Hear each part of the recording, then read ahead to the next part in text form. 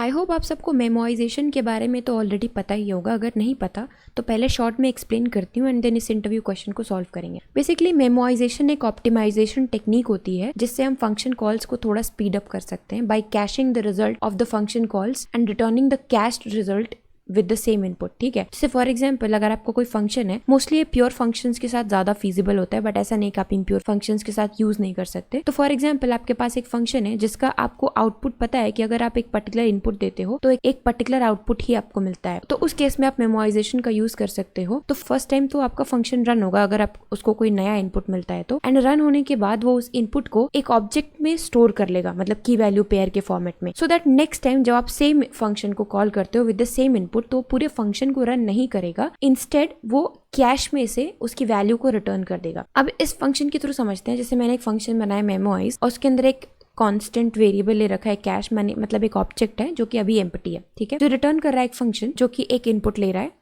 May be integer. ठीक है, मेरे केस में मैंने इंटीजर ले रखा है। तो मैं चेक कर रही हूँ कि क्या ये की कैश में ऑलरेडी अवेलेबल है। अगर येस तो मैं console.log करूंगी, यानी कि ये रिजल्ट कैश से आ रहा है एंड मैंने कुछ नहीं किया है, वही कैश से ही इस x की, मतलब x तो की है, इसकी पर्टिकुलर वैल्यू को रिटर्न कर दिया है वहां से। ठीक है, बट इन केस अगर ये x जो है ये की कैश में अवेलेबल नहीं है तो उस केस में क्या होगा, ये आएगा नीचे और हम एक प्रिंट अगेन करेंगे कैलकुलेटिंग, और ये कुछ नहीं कर रहा है, सिंपली उसी वैल्यू को डबल कर दे रहा है, यानी हम स्क्वायर करने के लिए इस फंक्शन का यूज कर रहे हैं। एंड देन उसके बाद ये फिर क्या करेगा, पहले तो इसको कैश में स्टोर करेगा एंड देन कैश से ही रिटर्न कर देगा आपको। ठीक है, तो नेक्स्ट टाइम जब आप सेम फंक्शन को कॉल करोगे विद सेम इनपुट तो आपको यहीं से उसका रिजल्ट मिल जाएगा, यानी इफ में जाएगा, चेक करेगा, कैश के अंदर उसको उस की वैल्यू मिलेगी तो वो की के करस्पॉन्डिंग जो भी वैल्यू होगी वो आपको यहीं से रिटर्न कर देगा, instead of running that function and executing the actual logic. अब नीचे आते हैं और यहाँ पे मैंने क्या किया है, सेम वही फंक्शन कॉल किया है एंड देन उसको स्टोर कर रखा है, यानी कि बेसिकली हमें रिटर्न में ये फंक्शन पूरा स्क्वायर नम में मिल चुका है। अब मैंने स्क्वायर नम के अंदर 5 डिजिट पास किया तो फर्स्ट टाइम में क्या होगा कि इफ ब्लॉक चलेगा एंड ये 5 को चेक करेगा क्या कैश में 5 अवेलेबल है, जो कि अभी नहीं है। तो ये इफ ब्लॉक को स्किप करके नेक्स्ट स्टेटमेंट पे आएगा एंड एक्चुअल लॉजिक को एग्जीक्यूट करेगा and it will store the value of cash 5 in this object which is 25.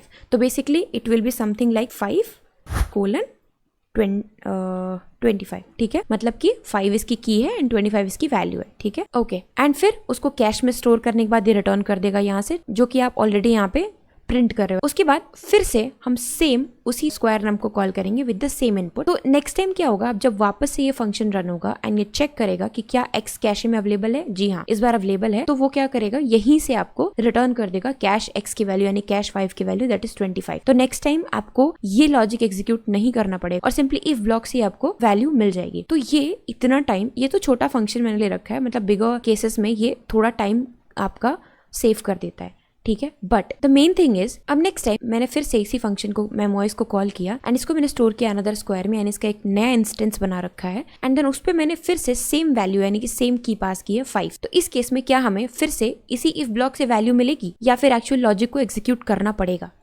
Actually इस बार हमें इफ ब्लॉक से वैल्यू नहीं मिलेगी और हमारा ये एक्चुअल लॉजिक एग्जीक्यूट होगा, क्योंकि जब भी आप एक फंक्शन का नया इंस्टेंस बनाते हो तो वहां पे हर एक इंस्टेंस को एक नया कैश मिलता है विद एम्प्टी ऑब्जेक्ट, मतलब इसकी इनिशियल वैल्यू के साथ। ये वाला जो कैशे वेरिएबल है ये एक्चुअली हर एक फंक्शन इंस्टेंस के साथ शेयर नहीं होता है। तो इस केस में जब अनदर स्क्वायर को फिर से 5 वैल्यू देकर रन करोगे तो वो जब चेक करेगा अपने कैश में, उसका अपना कैश एक्चुअली एम्प्टी है, तो उस केस में उसको कैश में 5 नहीं मिलेगा, तो it will actually execute the actual logic and यहाँ से आपको मिलेगा उसका रिस्पॉन्स। तो अगर मैं समराइज करूं तो फर्स्ट टाइम यहाँ से आपको कैलकुलेटिंग मिलेगा, सेकेंड टाइम आपको कैश से वैल्यू मिलेगी एंड थर्ड टाइम जो आपने नया इंस्टेंस बना लिया है तो फिर से आपको यहाँ पे एक्चुअल लॉजिक यानी कि कैलकुलेटिंग प्रिंट होगा एंड देन आपकी रिस्पॉन्स प्रिंट होगी।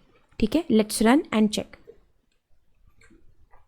तो फर्स्ट टाइम इसने एक्चुअली कैलकुलेट किया एंड देन वैल्यू दी दैट इज 25। सेकंड टाइम इसने कैश से ही वैल्यू रिटर्न कर दी that is 25 and third time जो कि मैंने अनदर स्क्वायर को रन किया है जिसमें उसका अपना कैश है, उसके अंदर 5 की वैल्यू उसको नहीं मिली, then it again went to the actual logic which shows calculating and then इसने प्रिंट किया 25। तो अगर आपको मेमोराइजेशन समझ में आया है then please hit the like button and subscribe जरूर कर लेना।